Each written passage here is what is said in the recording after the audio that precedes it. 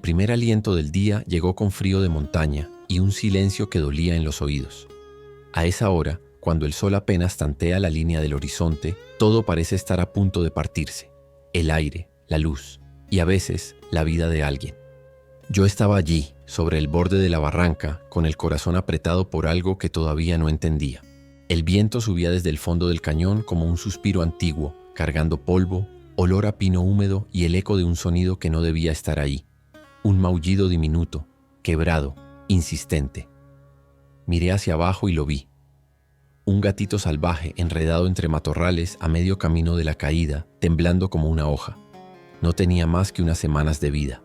Sus ojos, 2 chispas verdes, parpadeaban con miedo y hambre. Había señales de deslizamiento. Tierra suelta, ramas rotas, marcas de pezuñas pequeñas. Quizá perseguía un insecto, quizá resbaló con el rocío. Un paso más y se iría sin hacer ruido, tragado por el vacío. Entonces una sombra cruzó el acantilado con la precisión de un relámpago contenido. Un águila real. Sus alas cortaron el amanecer como si abrieran una puerta secreta. No venía en picada de caza. Su vuelo era distinto, amplio, medido, casi curioso. Dio una vuelta, otra más, y se detuvo en el aire con una facilidad que parecía magia. Yo sabía lo que la naturaleza dicta. El fuerte sobrevive, el pequeño cae. Y sin embargo, lo que ocurrió a continuación rompió todas mis certezas. El águila plegó un poco las alas, inclinó el cuerpo, bajó. El gatito chilló. Y por un instante el mundo fue solo ese grito y la sombra dorada acercándose. Yo contuve el aliento esperando el golpe, la garra, el final. Pero no, el águila no atacó. Se posó sobre una roca inestable, contuvo el equilibrio con las primarias abiertas y con una delicadeza imposible, tomó al gatito con las garras como quien sostiene algo frágil que no quiere romper. Subió con él, no muy alto. Lo llevó a una repisa segura, a pocos metros de la orilla. El gatito quedó ahí, hecho un ovillo, jadeando. El águila sin prisa giró la cabeza, me miró. O eso sentí y volvió a abrir sus alas. El viento regresó a soplar. Yo me di cuenta de que estaba temblando. Si esta historia ya te movió algo aquí adentro, suscríbete ahora para no perderte relatos como este. Seguimos. No llegué por accidente a ese borde. Llevo años siguiendo rutas de montaña, registrando cámaras trampa, observando comportamientos de aves rapaces.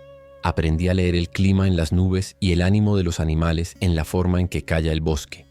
Mi trabajo es testigo. Veo, documento, no intervengo. Al menos así debería ser. Me llamo Elías. Nací en un lugar sin montañas, pero con historias. De niño, mi abuela decía que la naturaleza nos habla en voz baja, que si uno se queda callado el tiempo suficiente, escucha lo que los árboles recuerdan y lo que el viento no olvida. Crecí con esa brújula en la cabeza.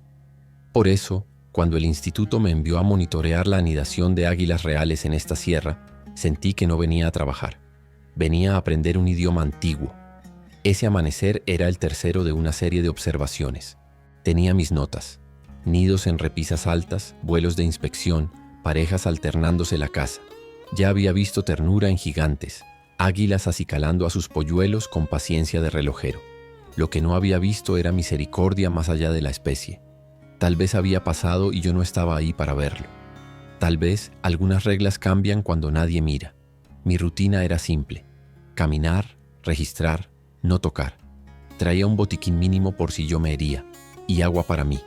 Pero esa mañana, cuando el águila dejó al gatito en la repisa, sentí que mi papel temblaba. ¿Hasta dónde llega el deber de no intervenir? ¿Hasta dónde la ética te permite ver sufrir a un pequeño que ni siquiera entiende el peligro? El gatito intentó levantarse. Una pata trasera le tembló como rama finita. El águila regresó, lo observó desde unos metros y dejó caer algo junto a él. Un pedazo de carne, quizá de un roedor atrapado antes. El gatito lo olió con torpeza, lo tocó, pero no supo qué hacer. Yo anoté el minuto, el gesto, el silencio. Me sentí pequeño ante esa escena que no cabía en mis teorías. La sierra donde ocurrió todo es una costura de piedra y pinos. Hay acantilados que parecen hechos para probar el valor de las alas y arroyos que cantan bajo tierra antes de asomarse a la luz. En primavera los halcones se peinan el viento, en invierno el hielo muerde las sombras. A esa hora, el sol avanza como quien pide permiso. El frío abre las manos con lentitud. Abajo, en el fondo del cañón, el agua golpea las rocas con un ritmo que hipnotiza. Los insectos despiertan tarde aquí. Los conejos, antes. Los pumas dejan huellas en la arcilla húmeda y nadie los ve, pero todos saben que están. Las águilas reales reinan en los altos. Su casa es el aire, su mapa, las corrientes.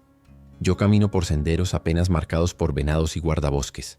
Mi campamento está oculto entre dos piedras grandes y un tronco caído. Desde allí, con binoculares, sigo los vuelos y anoto. Aprendí que el mundo no es un escenario fijo, es un tejido. Cuando algo tiembla en un extremo, se siente en el otro. Aquella mañana el tejido completo vibró alrededor de un cuerpo pequeño que maullaba. La repisa donde el águila dejó al gatito es una lengua de roca segura a primera vista, pero traicionera si uno se confía. A la derecha, una hendidura baja al bosque. A la izquierda, el muro es liso. Allí, el viento choca y regresa en remolinos suaves. Perfecto para que un ave grande se mantenga casi inmóvil con un leve ajuste de alas. Perfecto también para que un gatito se caliente al sol sin ser visto por todos. El primer problema fue el hambre. El gatito no sabía cómo comer lo que el águila dejó. Lo empujaba con el hocico, lo lamía, pero no lo desgarraba. El instinto le decía que aquello olía a vida, que adentro había algo que necesitaba, y aún así no podía. Yo lo veía desde mi escondite, con la garganta seca. Recordé mi norma, no intervenir, y recordé también que la vida no lee manuales. El segundo problema fue el tiempo. Un cuerpo tan pequeño pierde calor rápido. El sol ayuda, pero no alcanza si el miedo te consume la energía. El águila lo entendió antes que yo. Regresó por tercera vez. Se posó a un par de metros del gatito, bajó el pico, desgarró el pedazo de carne en tiras finas y empujó una hacia él. El gatito, dudando, la probó. 1, 2, 3. La cuarta la comió. Yo no supe si tragar saliva o lágrimas. El reloj se detuvo. El tercer problema fue la ley del territorio. Un cuervo pasó alto, curioso. 2 después. Los cuervos vigilan, esperan, toman. A veces eso basta para desatar una cadena de visitas. Zorros, serpientes, cualquier oportunista del bosque. El águila notó la sombra sobre la roca. Giró la cabeza, midió el aire con ese radar que solo tienen quienes nacieron para vivir en él. Abrió las alas apenas, sin despegar, y se hizo grande, tan grande que los cuervos cambiaron de plan. Yo tomé una decisión que no estaba en mi libreta. Me moví unos metros, lo suficiente para que mi olor humano también dijera, aquí hay alguien. No hice ruido, no me acerqué. Solo ocupé espacio. A veces eso alcanza para que el bosque ajuste su curso. El cuarto problema fue la noche que vendría. El día en la montaña se cae de golpe. El frío sube desde el río y la humedad muerde los huesos. El gatito no sobreviviría a la intemperie sin resguardo ni sin alimento constante. Yo podía llevarlo a mi campamento, calentarlo, darle leche de emergencia, llamar a un centro de rescate. Pero, ¿y el águila? ¿Qué clase de historia cortaría si me llevaba al pequeño y arrancaba ese hilo que estaba tejiendo algo más grande que yo? Cuando el sol ya estaba a medio camino, el águila hizo algo que decidió el rumbo. Volvió con ramas secas, con fibras de pasto, con pequeños trozos de corteza. No era un nido, era un refugio improvisado, una media luna de material acomodada contra la pared, lo bastante para romper el viento. El gatito, intuitivo, se metió ahí y se acurrucó. El águila lo observó un momento y se fue. Me quedé con un dilema atragantado. Llamé por radio al guardabosque más cercano, Lucio, un hombre que sabe del monte más que los mapas. Le conté todo, a media voz, como si el bosque me estuviera examinando por lo que decía. Hubo un silencio largo del otro lado. Luego escuché su respuesta. Si la naturaleza está abriendo una puerta, no la cierres con la bota. Vigila. Si se pone feo, actúa. Pero primero, aprende. Esa noche, el águila volvió 3 veces. Trajo alimento 2. En la tercera, solo miró. Yo encendí una linterna mínima, lo justo para confirmar que el gatito respiraba. Sí, dormía con el cuerpo hecho una coma tibia. Los días siguientes fueron un ensayo. ¿Qué funciona? ¿Qué no? ¿Cuánto resiste un cuerpo pequeño cuando un gigante lo acompaña? El águila alimentaba al gatito con tiras delgadas. A veces se quedaba cerca, como si custodiar fuera una tarea que nadie le hubiera enseñado pero que recordara de otro tiempo. Yo anotaba cada horario, cada vuelo, cada gesto, cuánto tardaba en regresar, qué llevaba en el pico, si llamaba o no a su pareja. Curiosamente estaba sola, o su pareja había ido lejos, o era un ave sin vínculo reciente. El gatito empezó a intentar ponerse de pie con menos temblor. Sus garras minúsculas se aferraban a la roca, su cola buscaba balance. Un mediodía lo vi explorar la repisa. 5 pasos, pausa. 3 pasos, pausa. Vuelta a su refugio. El águila llegó con un trozo de lagartija. El gatito la olió, la probó con decisión. Me sorprendió la rapidez con que su cuerpo respondía a la comida. Era energía destapando a otra energía. Mis primeras tentativas fueron invisibles. Nivelé un poco el camino de salida de la repisa, acomodando piedras sueltas para que no rodaran si el gatito daba un paso en falso. Puse, lejos, una pequeña fuente de agua hecha con una hoja grande y una depresión en la roca. La llené en silencio a primera hora, cuando el águila no estaba. No eran milagros, eran pequeños empujones a favor de la vida. Una tarde se levantó viento fuerte. El refugio improvisado del águila vibraba y el gatito se asomaba neurótico. Bajé más el cuerpo, listo para el peor escenario. El águila tardó. Sentí un hueco en el estómago que parecía crecer con cada minuto. Cuando por fin apareció, venía con una tira larga de corteza y algo que me pareció lana de borrego, quizá atrapada en un arbusto. Reforzó el refugio con una maestría que no pude menos que admirar. El viento pegó, la noche llegó, el gatito durmió. En esos días las lecciones se amontonaron. La presencia cambia el paisaje. El cuidado es también arquitectura. La supervivencia, un trabajo en equipo que a veces une especies que en los libros deberían ser enemigas. Yo dormía poco. Soñaba con alas que no matan y con ojos verdes que miran sin comprender por qué hay manos que no tocan. El bosque, sin embargo, cobra. La tregua no dura mucho cuando hay hambre alrededor. Los cuervos volvieron en grupo. Un zorro olfateó desde una grieta más alta. Vi una cascabel tomar el sol a metros del refugio. Todo lo que respira aprende a leer oportunidades. Todo lo que necesita también. Aquella mañana el águila salió más temprano. El gatito, con confianza nueva, se aventuró más cerca del borde. Yo sentí el corazón latirme en la boca. El zorro reapareció. Descendía el costado de la barranca con pasos de seda, el hocico en alto, los ojos clavados en la repisa. El gatito no lo vio. Lo olfateó tarde. Cuando su cuerpo entendió el peligro, ya era demasiado tarde para entrar al refugio. Chilló. No sé en qué parte exacta del aire se rompe una regla. Solo sé que en ese instante yo estaba de pie. Di 2 pasos al claro y grité. No fue elegante, ni científico, ni digno de manual. Fue humano. El zorro se detuvo un segundo, el justo para que una sombra inmensa cayera sobre él. El águila, desde quién sabe qué observatorio secreto, se lanzó. No atacó al zorro directamente. Atacó el suelo frente a él, picoteando y abriendo las alas como una tormenta compacta. El zorro entendió. No valía la pena. Se fue con la cola baja y la lección adentro. Yo me agaché, consciente de que mi grito había cruzado una línea. El águila se posó. Me miró, o eso quise creer. No sé si aprobó lo que hice o si solo me sumó al mapa de presencias. El gatito, tiritando, volvió al refugio. El aire olía a piedra caliente y tensión vieja. Esa tarde llegaron los cuervos, muchos. Se posaron en una roca cercana, como un jurado negro. Graznaron. Uno bajó en diagonal, mirando el refugio. El águila no estaba. Yo sostuve la respiración.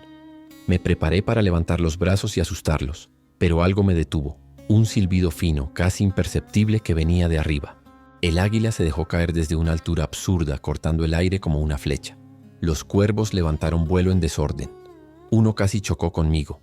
El bosque volvió a su tono normal en cuestión de segundos.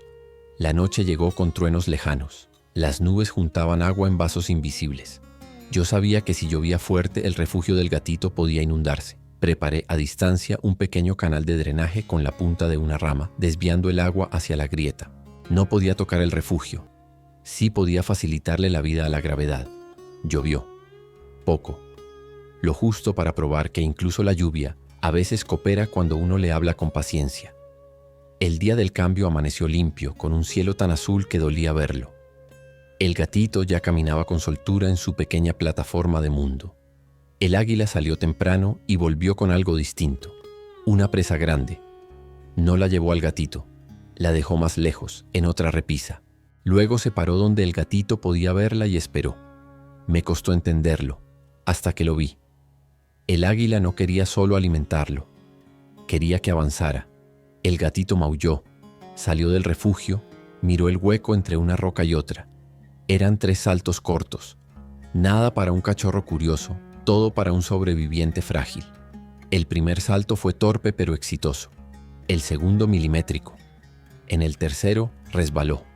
Un sonido me partió la boca del estómago. Pero sus garras encontraron una hendidura. Se sostuvo. Con el último aliento llegó. El águila no celebró. La naturaleza rara vez aplaude. Pero se quedó ahí, inmóvil, mientras el gatito comía. Yo tenía los ojos mojados sin haber llorado. Entendí entonces la lógica de un cuidado que no asfixia, que empuja hacia afuera, que prepara para la intemperie real. No supe si el águila sentía compasión como nosotros, pero sí supe que actuaba con una inteligencia del vínculo, una manera de estar para que el otro sea. Ese mismo día ocurrió lo que nadie habría apostado. Desde la arista contraria apareció otra águila. Sobrevoló, bajó, graznó grave. La primera respondió. Bailaron un diálogo antiguo, hecho de círculos y altitudes. Después de unos minutos, la recién llegada se posó más lejos, vigilando. La primera volvió junto al gatito. Eran 2 custodios. Por la tarde, el gatito hizo su viaje de regreso a la repisa inicial sin caerse. El sol se escondía y yo sentí que el relato buscaba su giro final. Y llegó con el olor del crepúsculo. Un lince asomó la cabeza desde una grieta alta, sus ojos amarillos pesando la escena. No hay broma con un lince. El bosque contuvo la respiración. El águila lanzó un llamado que yo no había oído antes, grave, urgente. La otra respondió. Subieron, giraron, bajaron al unísono. No atacaron al lince, lo cercaron con aire, con sombra, con alas abriéndose y cerrándose como puertas. El lince midió la energía, calculó el riesgo y decidió reservar su hambre para otro lado. Se retiró con un movimiento digno. El gatito, ajeno a la matemática de la caza, se lamió una pata y bostezó. Los días siguientes fueron de transición. El gatito ya comía solo los trozos pequeños. Aprendió a beber del charquito que yo alimentaba a escondidas cada amanecer. Se movía con seguridad entre 2 repisas y en las tardes se echaba al sol estirando el cuerpo como si por fin fuera suyo. Las águilas, a veces una, a veces las 2, seguían de cerca. No lo perseguían, lo flanqueaban. Yo sabía que aquel arreglo no duraría para siempre. La naturaleza no firma contratos, pero mientras existió fue verdadero. Una mañana el gatito ya no estaba en la repisa. Seguí huellas mínimas, apenas marcas de almohadillas en polvo fino hasta una zona más baja, rumbo al bosque. Allí encontré restos de su paso, plumas pequeñas atrapadas en matorrales, de aves pequeñas, no de águila, un hilo de pasto traído al hocico como si fuera juego. Me detuve, escuché. Muy lejos un maullido corto, vivo. Levanté la vista. El águila me sobrevoló una vez más y siguió su ruta, alta, libre. Entendí que cada historia, si es buena, no termina, se suelta. Guardé mi libreta.